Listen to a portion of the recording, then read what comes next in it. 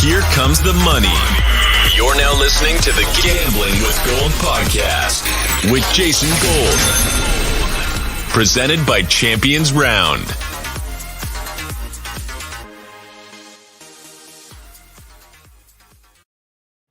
Welcome back to the Gambling with Gold podcast. My name is Jason Gold, and as always, I am joined by my buddy from the Action Network, Dan Titus. Dan, how are we doing this Friday after Thanksgiving?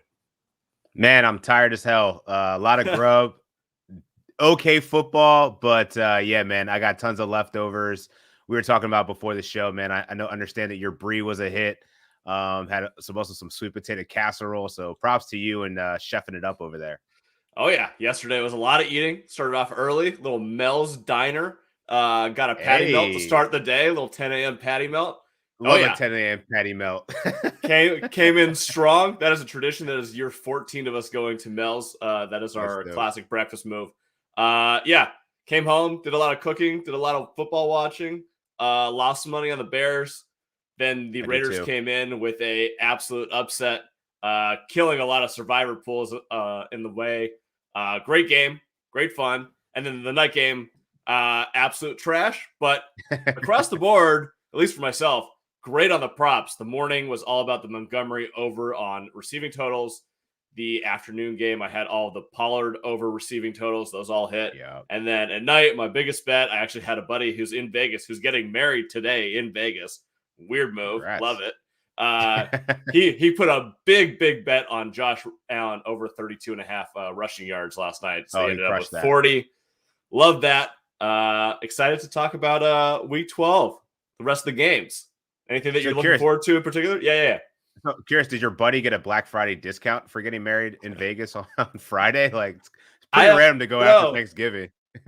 I don't know. I love the move. He and his wife wanted to elope, and instead they're doing 30 family members in Vegas, did Thanksgiving in Vegas. Shout out to them. Cool. Yeah, they're doing the whole thing. And they're flying their ass to Paris tomorrow. So nice little week for them. That's some boss Pretty shit. good. I love it. Yeah, absolutely boss shit.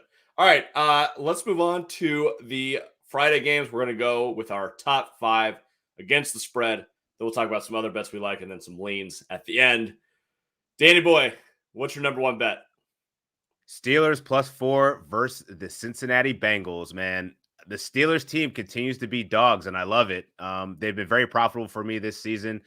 Their Steelers are 4-1 against the spread in their last 5 road games, and there's almost 70% of the cash of the sharps on Pittsburgh here.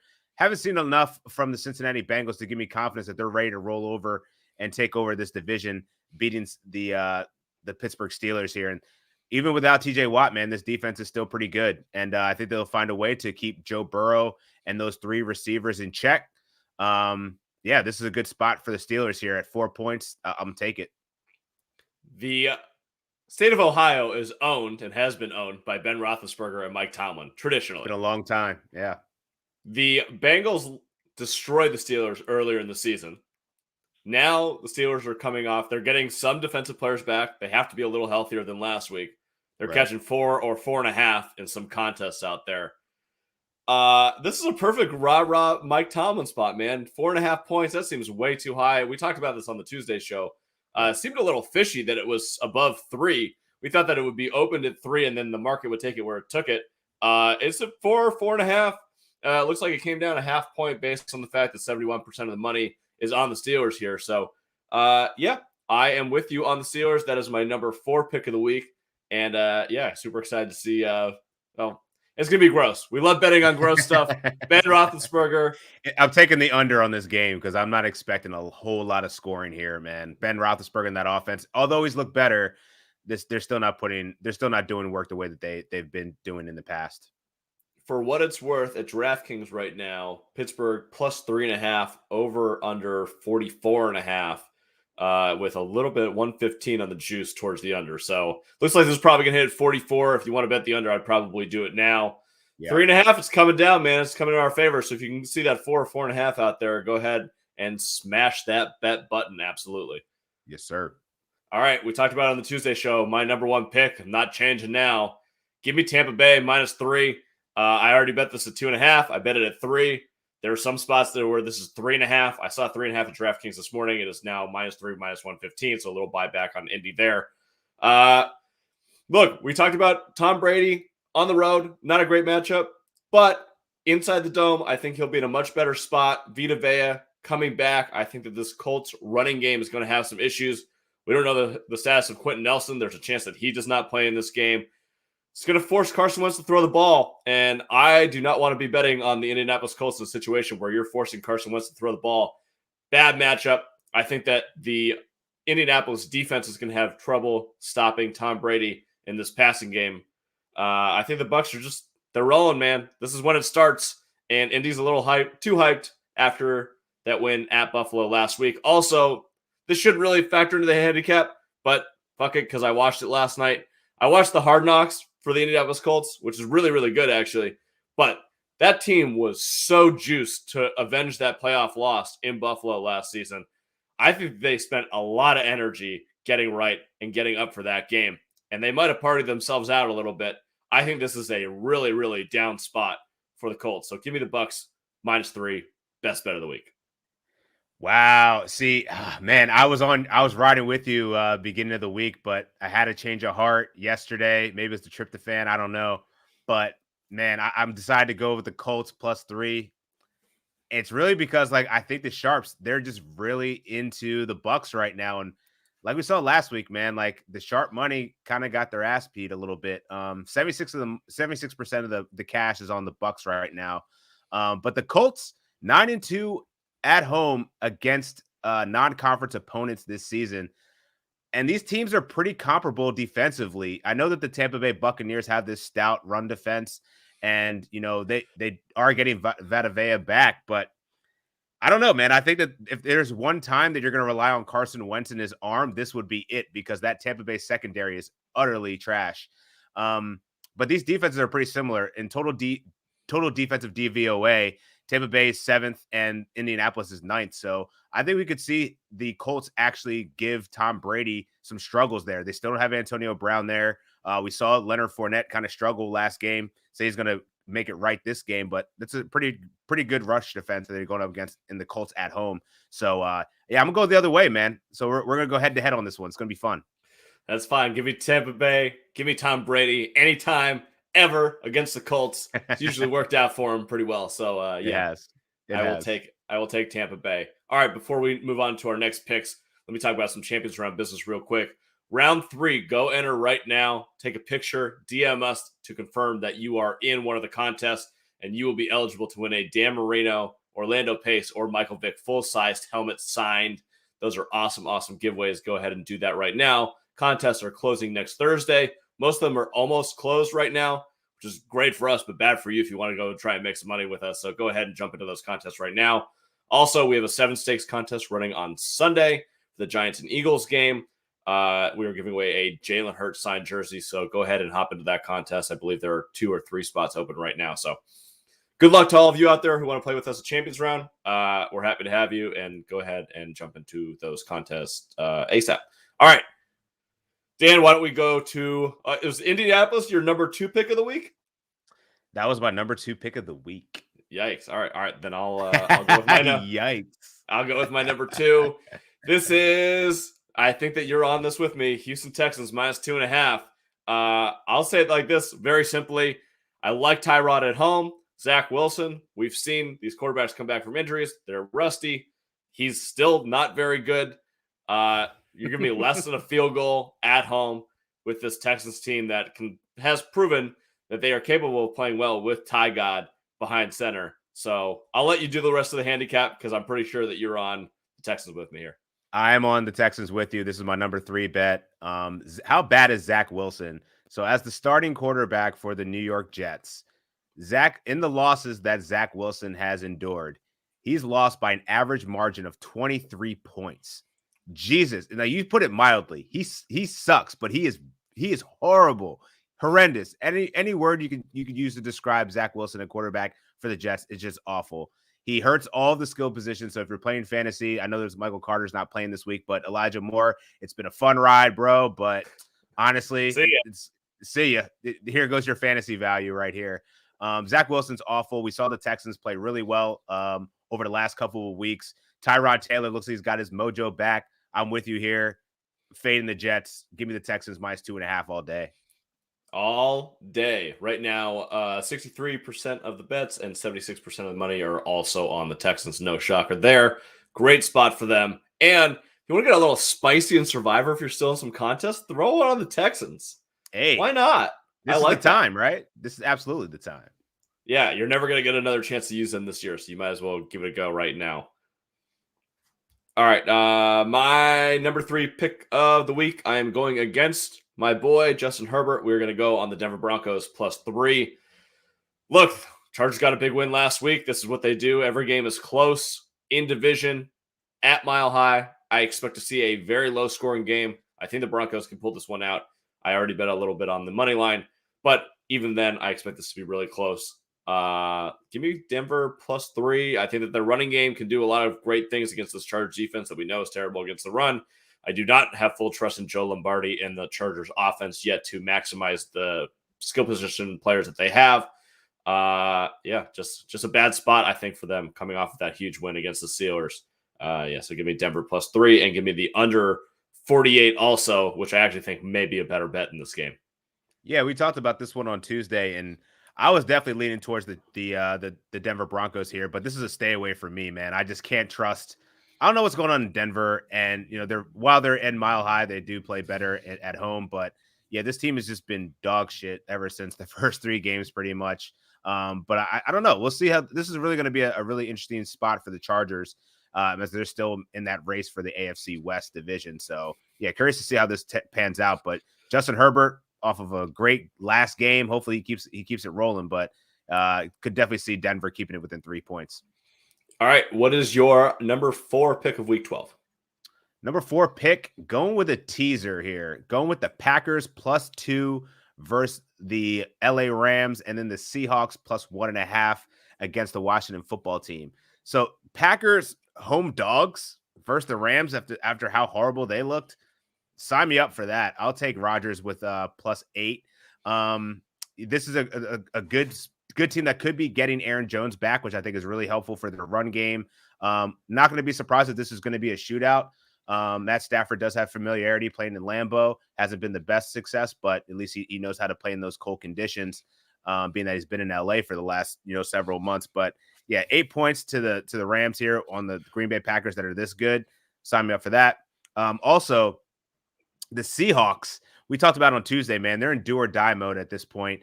If they lose this game, you could pretty much hang it up for Russell Wilson this season. But as bad as Seattle has been, they're only allowing 20.9 points per game to opposing teams, and which is actually 7th fewest in the NFL. So you're pretty much banking on the Washington football team to beat them by 7.5 points. I'm not buying it. Washington football team only has 1 win over greater than a margin of 7.5 points, and that was an outlier game against the Tampa Bay Buccaneers. So every game that the Washington football team has been in that they've won has been close. So I think that the Seahawks can definitely get it right, keep it within 7.5 points here. Okay, so we're moving the Green Bay Packers, who are I got +1.5 at DraftKings, but you see a +2 on the board. You're going to bring them to 8, and we're going to bring the Seahawks Monday Night Football +1.5 at Washington to 7.5. I love both those sides. Absolutely want to bet that teaser. That's a great one. There are actually, surprisingly, there are a lot. There's a few we were talking about. There's a few teasers on the board here. Yeah, I'm a little surprised because we don't have these big spreads. So it's mostly you're going to take a close dog and bring them up. You're not going to have these short favorites and bring them down. So let's see. You could get Indianapolis Jets +8.5. You probably don't want to do Giants. We'll talk about later to 9.5. Miami to 8. You can bring New England down to 0.5. A lot of these are interesting. We might have a lot of these. I'll probably tweet them out after the weekend. All right, we already talked through my number 4 pick, which was Pittsburgh. So my number 5 pick of the week, I'm torn here. And I was going to let you pick, but I already know which side you're going to go here. So I'm going to go with the other one. I will go the New York Giants +3.5. Oh, you did against Philadelphia. I don't love this one. Remember, there were 3 games yesterday. There's not a whole lot of action to be out there. I feel much better about my first 4 than I do this one. I just think that this is probably a half point too high. I think the Eagles, although they're riding high, they're a good team. The Giants are coming off of this loss to Tampa Bay. I think it's a good buy back spot on the Giants and a little bit of a fade on the Eagles. I don't necessarily think that the matchup is super in favor of the Giants here. I just think that the line is inflated enough where I'm getting some value. That's about my handicap here. If you want to stay away, that's fine. I do like the Giants 9.5 at home as a teaser piece. That makes a lot of sense to me. But otherwise, yeah, maybe you don't want to get in on this game with me.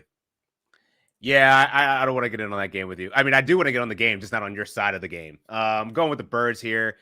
Outside of the Indianapolis Colts over the last 3 games, this team has been the most dominant run offense in the league, averaging 211 over their last 3. There's no way in hell the Giants are going to be able to stop these guys. I don't care. I mean, at this point, Danny Dimes is at home. Cool, Saquon Barkley's back. Kadarius Toney got hurt again. Galladay does next to nothing. There's nothing about this New York Giants offense that gets me excited that they're going to win any games. And I talked about it last week. This Eagles pass defense is legit. They've been shutting people down. Darius Slay has been an animal, taking pick sixes to the house. There's no chance that the Giants are going to keep it within 3.5 points here. I don't mind the teaser play though at 9.5. I think that's a little bit more interesting, but yeah, I can't trust these Giants, and I'm riding Bird Gang all day here. All right. Fair enough. Let's go to some other bets we like. Then we'll talk about some leans. I already gave you guys the Denver Chargers under 48. Other 2 totals I really like this week. Jets, Houston over 44. I think there will be some scoring in this game, mostly based on turnovers. I could see Houston putting up a 30 burger in this one. I actually might bet this Houston over team total. And then give me Cleveland-Baltimore Sunday Night Football under 47. This is all based on injuries from both sides. I just don't like the way that either offense has been looking. Lamar's going to play, but I don't trust him to put up, 28 points on this Cleveland defense. So give me the under 47 on that one. Yeah, I like that play a lot. And it's really, I just don't know what I'm going to get also on the Cleveland side of the ball here. Baker Mayfield and their offense has definitely looked stagnant. They do get Kareem Hunt back, which should help. But going up against Baltimore in a divisional matchup, that's going to be a tough one. So I think that's going to be a grinded out type game. I like the over in Seattle and Washington, 47. I think they were going to see Russ kind of open up the offense a little bit more, get the ball downfield. Their running attack has just been next to nothing here.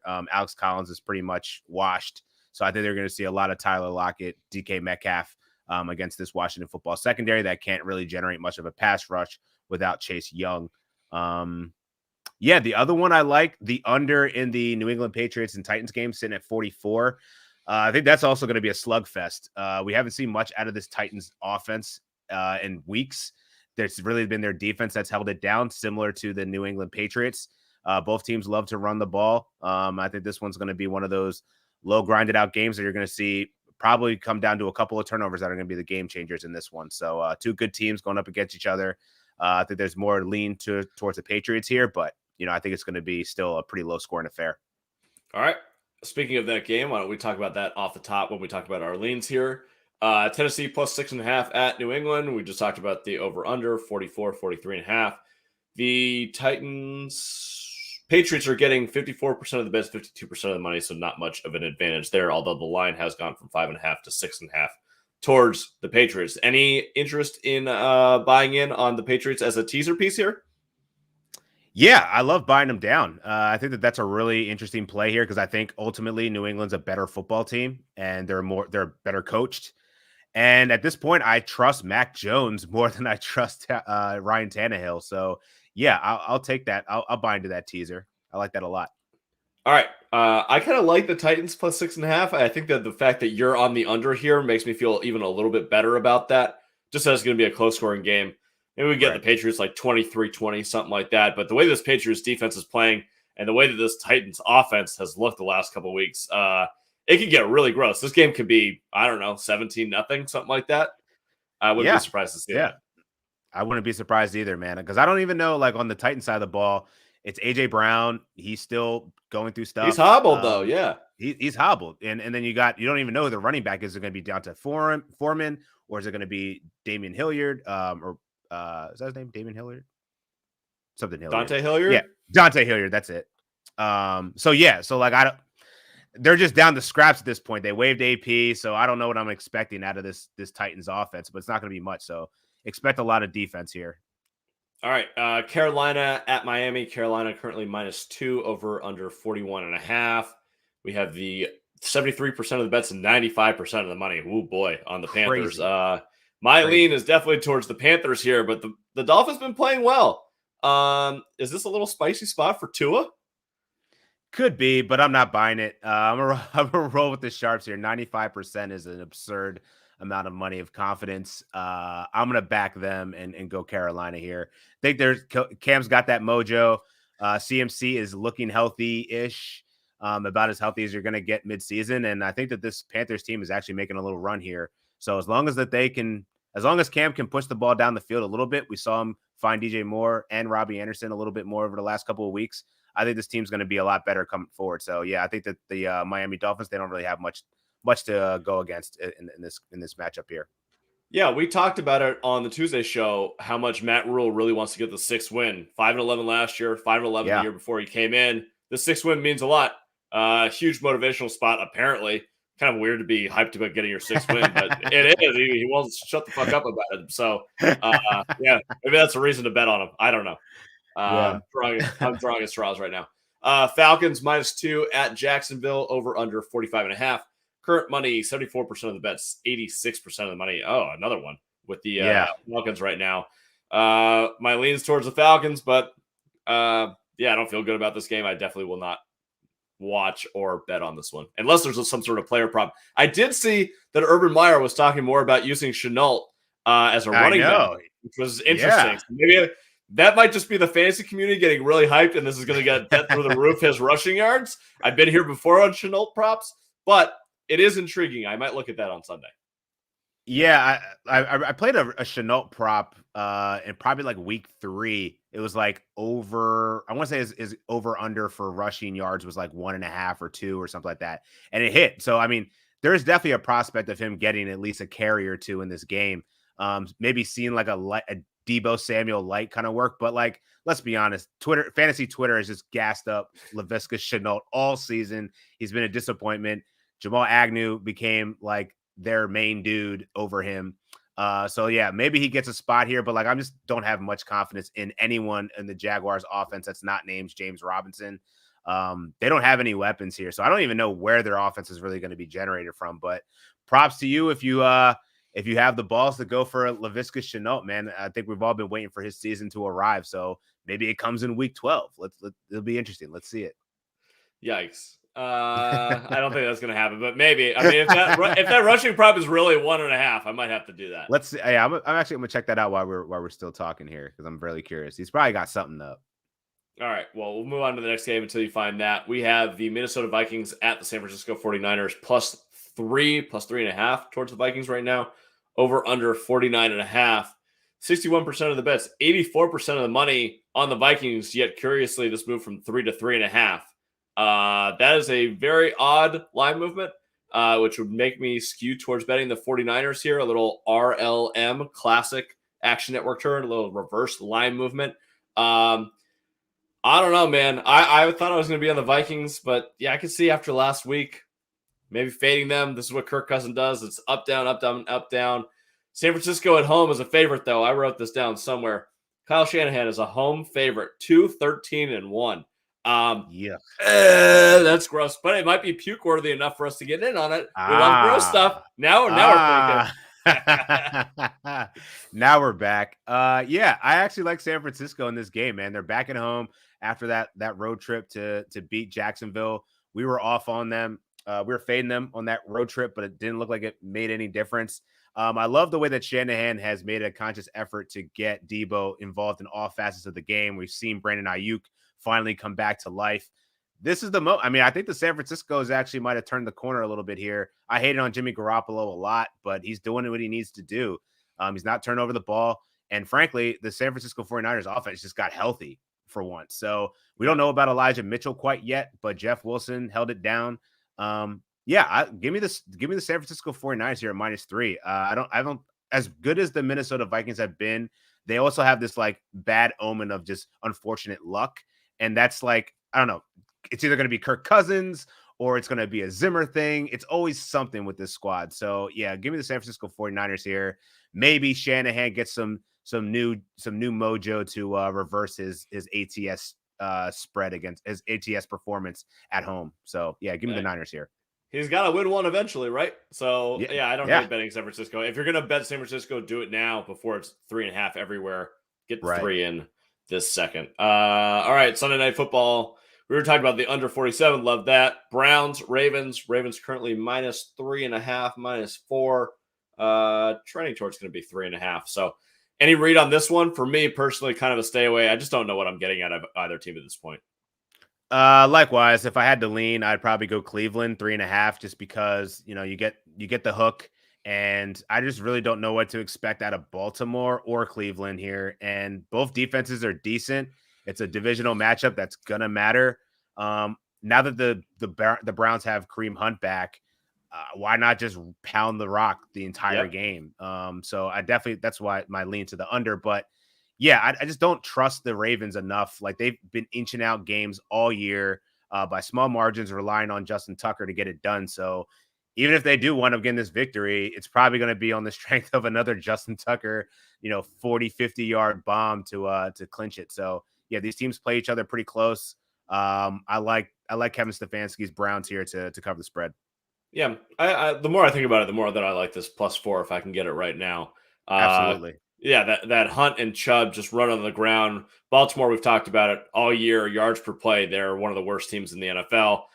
You can see Chubb and Hunt breaking off a couple, shortening the game, getting in the end zone. Yeah, so give me I'll take the Browns +4. Why not? Screw it. All right, Monday Night Football, last game of the week. Seattle +1 at Washington, over under 46.5. You already talked about how you like this as a teaser piece, especially if you can get it above 7 to 7.5. Money right now, 38% of the bets, 70% of the money on the Seahawks. I guess you go down with the rush ship this week, or might as well end his season, right? So I think that I'll probably end up on the Seahawks, and I'm going to guess that you are going to go that way also. Going Seahawks for sure. All right, we're going down with the rush ship one more time, baby. We tried it last week. It did not work. He did not cook, so hopefully Thanksgiving got him motivated. Russ is ready to cook again. All right, it'll be interesting. So we're doing the Seahawks money line, Seahawks +7.5, and the over. This is what we're doing for Monday Night Football. That's how we're ending Week 12. All right, let's go. All right, that's how we're ending Week 12. That does it for episode 34 of Gambling with Gold. We will be back on Tuesday with our Week 13 betting preview. Until then, check out the Champions Round app. Go enter all of the Round 3 contests. We will have more contests open, more giveaways going on next week. So stay locked in at our Twitter and IG at Champions Round. Until next show, see you later. Good luck with all of your bets. Danny boy, let's make some money this weekend. Let's get it.